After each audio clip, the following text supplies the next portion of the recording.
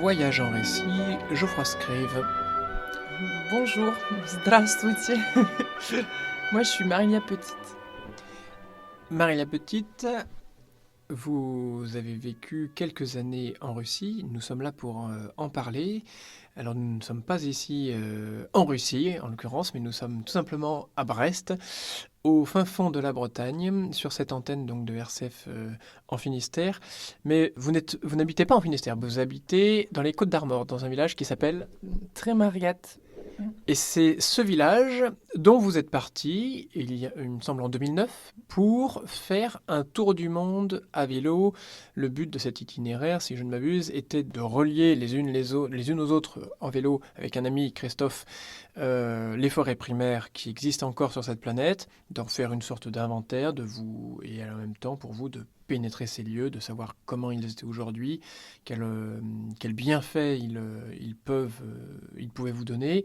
Et finalement, votre route, personnellement, vous, parce que Christophe a continué, vous êtes arrêté en Russie. Pouvez-vous nous dire où est-ce que vous êtes arrêté en Russie, puisque la Russie est le pays le plus grand de cette planète? Je me suis arrêtée tout au bout de la Russie, de l'autre côté. C'est une région qu'on appelle le Primorié. Donc, comme je dis souvent, les gens ils connaissent la Sibérie, mais ils savent pas qu'au-delà de la Sibérie, il y a encore quelque chose. C'est l'Extrême-Orient. Et donc voilà, je dirais c'est la région qui est frontière avec la Chine et la mer du Japon. Donc c'est le tout l'est, l'est, l'est, quoi. Après, l'étape d'après, c'était le Canada, quoi. Donc j'ai fait non, j'ai fait non, je reste. Et comment s'appelle on va dire l'ethnie principale des habitants de la Primorié? Bah, maintenant, je vais pas dire. Enfin, maintenant, c'est les Russes, forcément. Après, les Russes, ils sont aussi biélorusses, aussi ukrainiens, aussi lituaniens, estoniens. Et puis, il y a eu beaucoup de brassage, surtout dans ces régions-là, parce que au fur et à mesure de l'histoire, il y a eu des Japonais. Bon, des Japonais, il y en a pas trop, mais beaucoup de Chinois. C'était très chinois, en fait, avant que les Russes tsaristes étaient arrivés. Donc, les Chinois ont été un peu virés, mais il en est resté toujours quand même. Beaucoup de Coréens aussi, il y avait des communautés coréennes, et surtout, il y avait les populations, on va dire, indigènes de la base, c'est les Udèges et les Nanaï. Donc c'est les deux principales, mais il y en a d'autres. Il y en a d'autres, c'est les Orochi et il y en a d'autres. Si je vous dis Dersu Uzala, vous connaissez? Bah oui, j'ai eu l'occasion de regarder Dersu Uzala bien avant de m'intéresser à la Russie et jamais j'avais imaginé me retrouver exactement dans la région qui a été le théâtre de ce film qui est magnifique, quoi. Donc pour les auditeurs qui ne connaîtraient pas, Dersu Uzala est au départ le titre d'un livre, il me semble, de Vladimir Arseniev, et ensuite mis en film par le réalisateur japonais Kurosawa, et qui raconte en fait l'histoire d'un trappeur qui est... de quelle ethnie est-il? Alors, si je peux préciser, ça raconte la rencontre de l'explorateur Arseniev, qui était envoyé par le tsar pour faire des relevés cartographiques de la région, qui était complètement méconnue encore, et pour mettre de l'ordre aussi, un petit peu calmer les bandits chinois qu'on appelait Khunruz. Et donc, c'est l'histoire de la rencontre d'Arseniev avec ce trappeur, ce chasseur Gold. Donc, c'est Nanaï, je pense, mais voilà, une sous-section. Et qui était, malheureusement, c'était un veuf. Donc, voilà, il vagabondait, mais son mode de vie, c'était la forêt, quoi. Et il l'a guidé. Il a guidé Arseniev sur un bout de chemin. Et donc, il y a une amitié qui est née entre ces deux personnes. Et quand le chasseur, n'a pu chasser, il ne pouvait plus voir, en fait. Il a commencé à devenir aveugle. Il s'en est rendu compte parce que dans la rencontre avec un tigre, et ben Arseniev lui a proposé d'habiter dans la ville de Khabarovsk, où lui, il avait un appartement. Et en fait, il n'a pas supporté. Donc, il est reparti après. Et il s'est fait tuer parce qu'Arseniev avait donné une arme toute neuve à ce chasseur. Et quand il est reparti, à cause de l'arme, je pense qu'il a dû se faire tuer. Donc, c'est ça l'histoire de Dersu. Alors vous, donc, du coup, vous arrivez avec votre ami Christophe à vélo jusqu'aux confins donc, de la Russie et vous faites la rencontre de Constantine. Je ne sais pas si on dit Constantin, Constantine. Ouais, c'est ça, c'est Constantine, mais en fait, on dit Kostya. Kostia. Kostya, c'est le diminutif. Les Russes utilisent beaucoup les diminutifs. Ouais, je l'ai pas rencontré tout de suite, mais on va dire, enfin pas tout de suite. Disons que d'abord, ça a été la rencontre avec ses cousines. C'est elles qui m'ont vraiment, avec Christophe, hein, qui nous ont hébergés chez elles, même si elles étaient très pauvres et même si leur mode de vie quotidien, c'était constamment de chercher de la nourriture, quoi, et de chercher une source de revenus. Mais une source de revenus, c'était les cueillettes, la pêche et la chasse. Donc nous, on a tout de suite été impliqués dans leur recherche quotidienne de nourriture. Et c'était tellement chouette. Enfin, moi, j'ai trouvé ça tellement simple et tellement soudant, en fait. Donc nous, en échange de vivre chez elles, on aidait à planter le jardin. Et ça, c'est la corvée qu'elles aiment pas, quoi. Parce que, enfin, il faut savoir que, enfin, il y a quand même une mentalité qui est restée, voilà, qui est héritée de leur mode de vie nomade. Et faire le jardin, c'est pas leur truc, même si c'est devenu nécessaire à la survie, à la vie dans les villages. Donc voilà, nous, quand on a proposé qu'on avait notre énergie là de Breton à planter les patates, ça leur plaisait bien.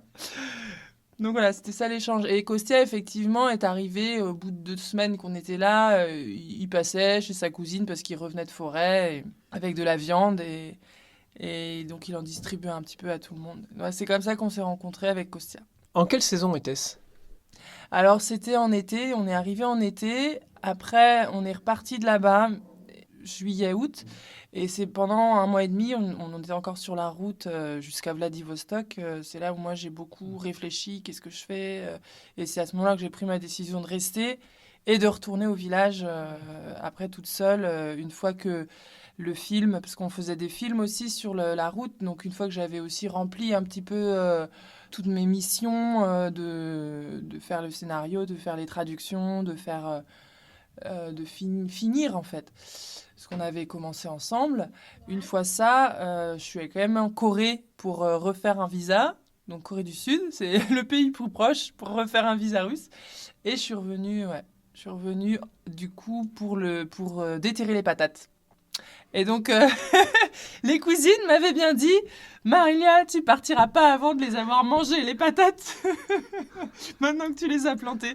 Et c'était vrai, c'est drôle, parce que je suis revenue en stop début septembre, et je me suis retrouvée le lendemain direct dans le champ de patates à les aider à déterrer les patates. Et c'est là qu'avec Kostia aussi qu'on s'est retrouvés, et puis on a commencé après à imaginer quelque chose ensemble, quoi. Et finalement, vous y êtes resté combien de temps? Parce que ça, c'était en 2010. Ouais. Finalement, donc ça c'était en 2010, fin 2010. Et donc, moi, j'y suis restée jusqu'en 2017. Et donc, dès le départ, vous ne parliez pas forcément beaucoup le russe. Il fallait encore l'apprendre parce que au contact, vous l'avez appris au compte avant d'arriver jusque-là, parce que vous aviez quand même beaucoup de kilomètres dans les pattes en Russie. Ou est-ce que vous le maîtrisiez déjà suffisamment pour se comprendre, ou c'était vraiment allez, j'y vais, puis on se comprendra petit à petit? Ouais, c'était ça. Après, je m'étais un petit peu mis dans la musique de la langue, dans sa structure, grâce à des méthodes assimiles. Donc, j'avais fait ça quelques mois avant. Mais effectivement, quand on est arrivé en Russie, je comprenais rien de ce que les gens disaient. Mais comme tous les jours, il fallait qu'on aille dans les magasins, qu'on échange, que les gens ils nous demandaient vous allez où, vous venez d'où. Donc, et comme on faisait des reportages aussi, c'est sur la route que moi j'ai appris. Donc moi j'ai vraiment appris de manière intuitive, quoi. Alors, entre la vie que vous aviez jusque-là à Tremargat et puis la vie que vous aviez donc aux confins de la Russie, on a compris que vous étiez très attiré par ce mode de vie très simple, que vous aviez pu voir là-bas, la cueillette, le lien très proche, très simple avec ces personnes féminines, puis ensuite avec leurs cousins. Mais s'il y a quelques images qui restent les plus importantes aujourd'hui de ce mode de vie, c'est quoi? Ça serait une nature, des liens immédiats, simples. Quels éléments communs vous pouviez avoir très simplement avec eux. Ça s'est fait très simplement, mais il y avait des activités en commun et puis peut-être un goût de la nature en commun quand même, parce que si je ne m'abuse, à Trémargat, c'est un éco-village aujourd'hui. Enfin, tout est fondé sur la nature. On y était là il y a 2 semaines, on sent un lien très fort avec cette nature. Et là, du coup, vous aviez l'impression de retrouver ceci, là où vous étiez en Russie? Bon, moi, je pense pas que c'est en lien avec Trémargat. D'accord. C'est-à-dire, je pense que que ce soit à Trémargat, on vit différemment aussi la nature, quoi. Je pense que c'est vraiment ma démarche. Donc, même avant de partir en vélo, moi, j'avais fait l'expérience de vivre en yourte dans une lande avec le moins de besoins possible et du coup le moins de moyens et de confort. Et pourtant, moi, je trouvais que c'était un confort merveilleux que d'aller me laver dans la rivière le matin, quoi. Et après, le voyage en vélo, pareil, on était dans une espèce de dénuement parce que on avait avec nous une tente, un réchaud qui marchait jamais, puis voilà, et puis de quoi manger peut-être pendant 2 jours. Bon, mais en même temps, on était autonome. Oui. Voilà, c'est une forme de simplicité dans nos besoins réels, quoi. Et aussi une capacité à lire l'environnement dans lequel on se trouve. Je pense que le voyage en vélo m'a aussi mis complètement dans cette dimension d'adaptation au paysage et à la nature et aux conditions naturelles et aussi aux saisons. C'est-à-dire on sent, hop, quand il y a des vitamines qui poussent du sol, tu vois, on le sent, quoi. Et donc quand je suis arrivée à Krasny-Yar, pour moi le vecteur commun c'était le fait d'avoir juste à pallier des besoins basiques. Et que pallier à ces besoins basiques de se nourrir, de préparer peut-être l'hiver, c'était forcément en lien avec l'environnement qui nous entourait, quoi. Et donc c'était riche, parce que l'environnement dans lequel on se trouvait là-bas, il est riche, il est magnifique, il est d'une biodiversité incroyable. Il y a des baies, il y a des herbes aromatiques, des plantes qu'on peut transformer, manger, du gibier, du poisson, des pignes, tout, quoi. Et aujourd'hui, justement, cette lecture de l'environnement dont vous parliez, vous regrettez qu'on l'ait perdu un petit peu en métropole, ici en France. Les gens, vous les trouvez plus, suite à ce voyage, vous trouvez qu'on est peut-être un petit peu plus coupé de cette nature et qu'on ne la respecte plus. Et est-ce que suite à ce voyage, vous avez fait un vœu ou vous essayez de sensibiliser votre entourage à ce qui nous entoure finalement? Disons que moi, je traduis ça aussi en tant que bien-être personnel. Parce que ici, les sociétés citadines, hein, de manière générale, et européennes, on cherche à se créer une sécurité coupée de la nature. On cherche à se créer un confort coupé de la nature. Or, pour moi, la première des sécurités, c'est justement des sécurités et c'est de se sentir autonome dans un milieu qui te nourrit et qui te donne une immunité et qui te donne de la santé et dans lequel tu peux trouver de quoi te couvrir, de quoi te nourrir, de quoi avoir chaud. En fait, pour moi, c'est ça la première des sécurités. Et quand on a ces savoir-faire et ce lien avec la nature, une nature préservée, parce que quand elle est détruite, on ne peut plus y trouver ce dont on a besoin non plus.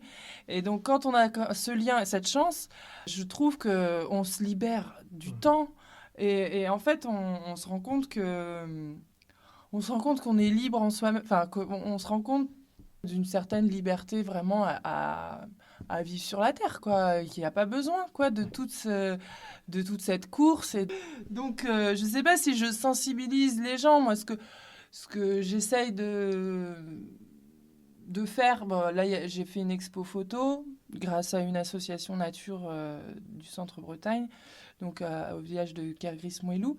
Les gens, ils sont touchés par mon aventure, donc j'essaie de faire rêver les gens, parce que voilà, je me dis, moi, c'est ce que j'ai fait, hein, j'ai rêvé ma vie, c'était fou, mais c'était réel, c'est devenu réel, quoi. J'essaye de faire rêver les gens et puis je pense que je les touche en soi-même, puisque mon histoire est un peu tragique et en même temps profonde, et en même temps, voilà, il y a de la beauté au milieu de choses dures. Et à la fois, elle parle, je pense aussi parce qu'on est dans un moment charnière en ce qui concerne notre lien à l'environnement. Après, moi, ce que j'essaye de créer maintenant en étant revenue en Centre-Bretagne, c'est plus un lieu d'activité commune où les enfants peuvent toucher à tout, avoir des outils et en fait devenir autonomes de manière manuelle, quoi, sur pas mal d'aspects, quoi. Alors justement, parlons de ces enfants, parce que il me semble qu'à un moment donné de ce passage de votre vie en Russie, vous avez décidé, donc avec Constantine, d'aller vivre vraiment de façon plus profonde. J'allais dire reculer, mais c'est peut-être plus profond, dans la forêt, dans la taïga. Alors comment avez-vous été amené à faire ce choix? Enfin, pour quelles raisons? Et puis après, physiquement, comment ça s'est traduit? Le flash que j'avais eu, c'est Kostia qui me raconte où je viens du territoire de chasse, qui est à 150 km du village par la rivière, que je partage avec les oncles. Et voilà. Et donc, moi, jamais j'aurais voulu vivre dans le village. Dans le village où les familles, elles étaient cantonnées, quoi. Combien de familles dans ce village? Bon, il y a, je sais pas en famille, mais 600 personnes à peu près. Ah oui, quand même. Et donc, voilà, de manière traditionnelle, maintenant, il n'y a que les hommes qui vont sur les territoires de chasse où la forêt est là, intacte, vierge et vide de civilisation. Donc, moi, déjà, à la base, mon rêve d'exploration, c'était d'aller là-bas. Après, quand j'ai commencé un peu à vivre dans le village, pour moi, ça a été hors de question de m'installer dans le village. Il y avait trop de tension, trop d'alcool. Et puis Kostia, moi, ce que j'aimais de lui, c'était sa vie de chasseur, quoi. C'était ce qu'il était quand il était en forêt. Et c'était ce qu'on était ensemble aussi quand on était ensemble en forêt, quoi. Il y avait un vrai partenariat, il y avait un vrai équilibre, une vraie harmonie. Et lui, il était dans son élément. Lui, bon, après, c'est son histoire un peu particulière, mais qui avant 1 an jusqu'à 4 ans, il a vécu aussi en forêt avec ses grands-parents. Donc, c'était aussi la base de son histoire. Et je pense que c'est ce qui lui a permis d'imaginer vivre en forêt avec des enfants aussi. Alors que les autres hommes du village, ils prennent jamais leurs femmes, ils sont assez réticents, quoi. Pour lui, c'était quelque chose de normal, déjà. Donc, quand moi je disais ça, on va en forêt, on va vivre en forêt, pour lui, il n'y avait pas de problème. Donc, c'était super. En même temps, dans la réalité, c'était très compliqué parce que c'était à 150 km par la rivière. On n'y part pas comme ça quand on veut, n'importe quand. Il faut se préparer. Il faut avoir les sous pour investir dans de l'essence. C'est très loin. Il faut investir dans du matériel pour là-bas aussi avoir de quoi vivre pendant 3-4 mois. Et donc, on n'y allait pas souvent. C'est-à-dire quand j'ai accouché, quand le bébé était petit, on n'a pas pu y être, donc on était en ville.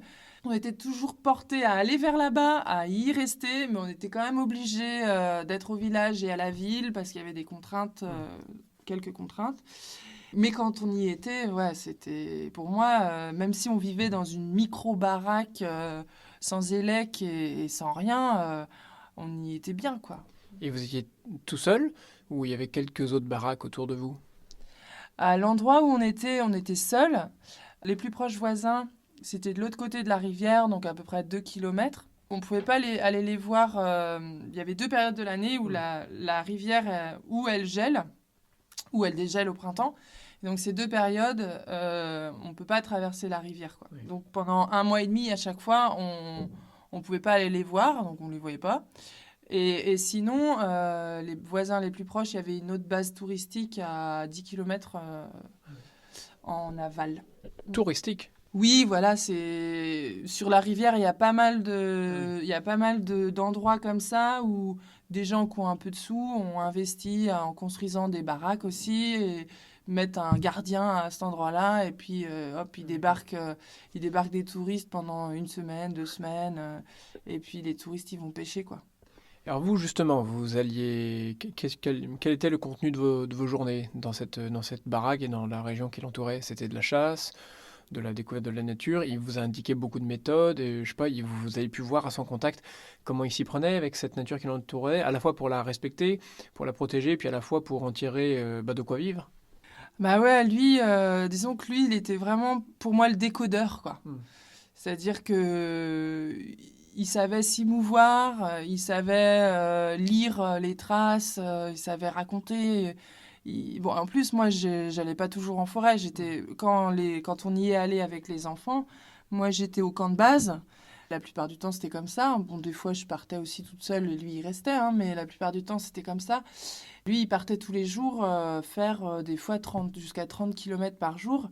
À pied? Oui, ouais, sur des chemins de trappe. Donc, il a fallu qu'il fasse au fur et à mesure. Donc, tout ça, ça s'est pas fait non plus d'un coup. Moi, j'ai vu toute cette progression aussi. J'ai vu aussi comment que c'était dur.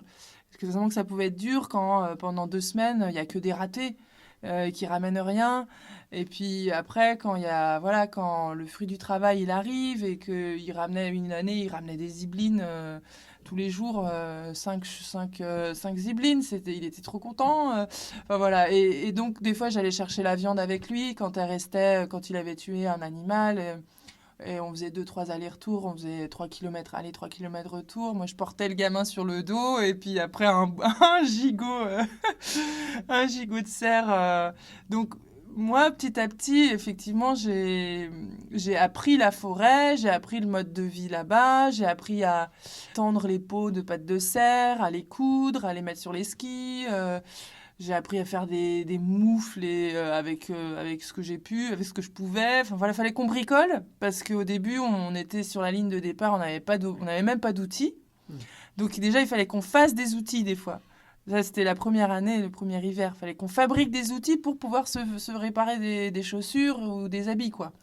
Avant que les enfants soient nés, j'ai fait aussi plusieurs expéditions avec lui, que ce soit l'hiver ou l'été. Où là, j'ai vu comment il a préparé des arbres pour commencer à construire une nouvelle baraque. Donc, il y a eu aussi toute cette période où moi, j'ai vu, ça a été une expédition une année. Après, l'année suivante, on a commencé à construire. Donc, j'ai vu progressivement une baraque qui s'est construite, quoi. Par exemple, une nouvelle maison, quoi. Pour moi, c'était l'occasion des fois de plonger dans ce décor que je voyais trop souvent que derrière la fenêtre pendant un certain temps. C'est-à-dire qu'il y avait quand même toute une période de temps où moi j'étais à la maison à faire des lessives à la main tous les 2 jours parce qu'on n'avait pas de machine à laver et pas d'élec et que c'est vrai que c'était un peu dur pour le moral. Donc l'expédition d'après, on a acheté une machine à laver.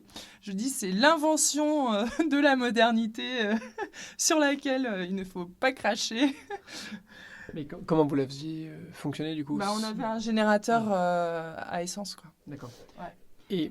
Et donc, voilà, Kostya, il revenait tous les soirs. Moi, j'attendais son retour. Donc, j'ai dû aussi beaucoup prendre sur moi pour que mon mental, en fait, il me dépasse pas. Et donc, j'attendais son retour parce que lui, il allait me raconter ce qui s'était passé en forêt, quoi.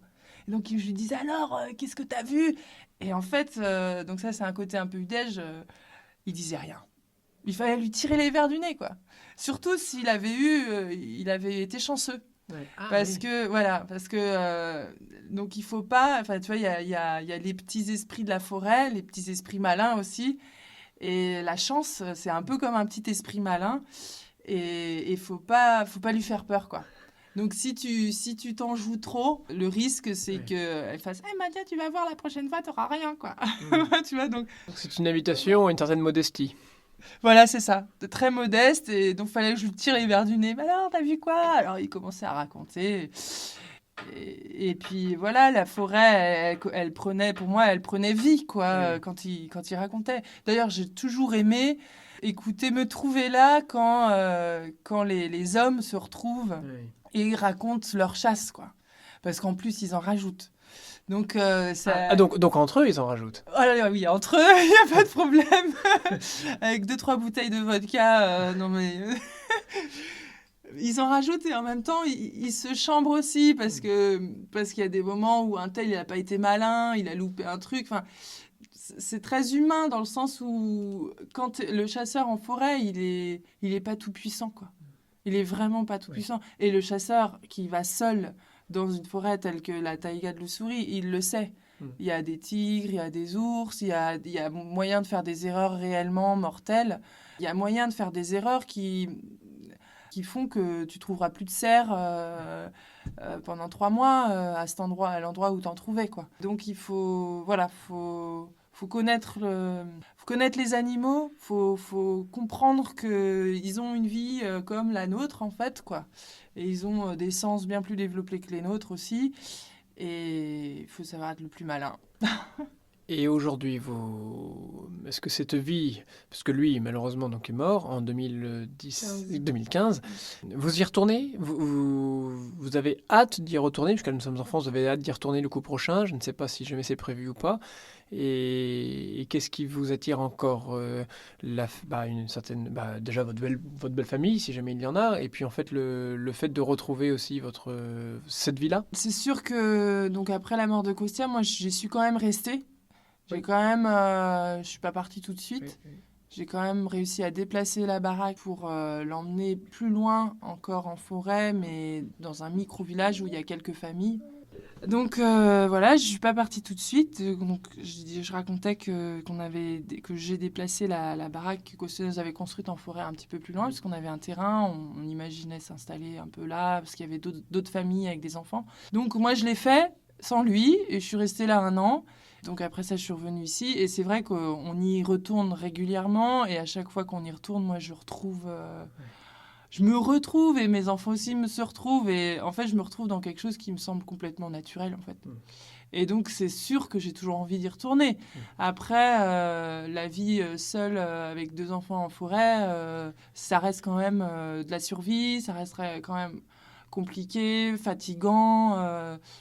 Quand tu es tout seul, c'est sûr, faut gérer des histoires de tronçonneuses, d'huile de chêne, d'huile de moteur, de réparation. Non, ça, c'est pas mon truc, quoi. Non, il y a besoin de partenariat familial, quoi. Donc, pour ça aussi, la cellule familiale là-bas, mes enfants. Donc, moi, je fais pas partie de leur famille. Donc, ça, je sais.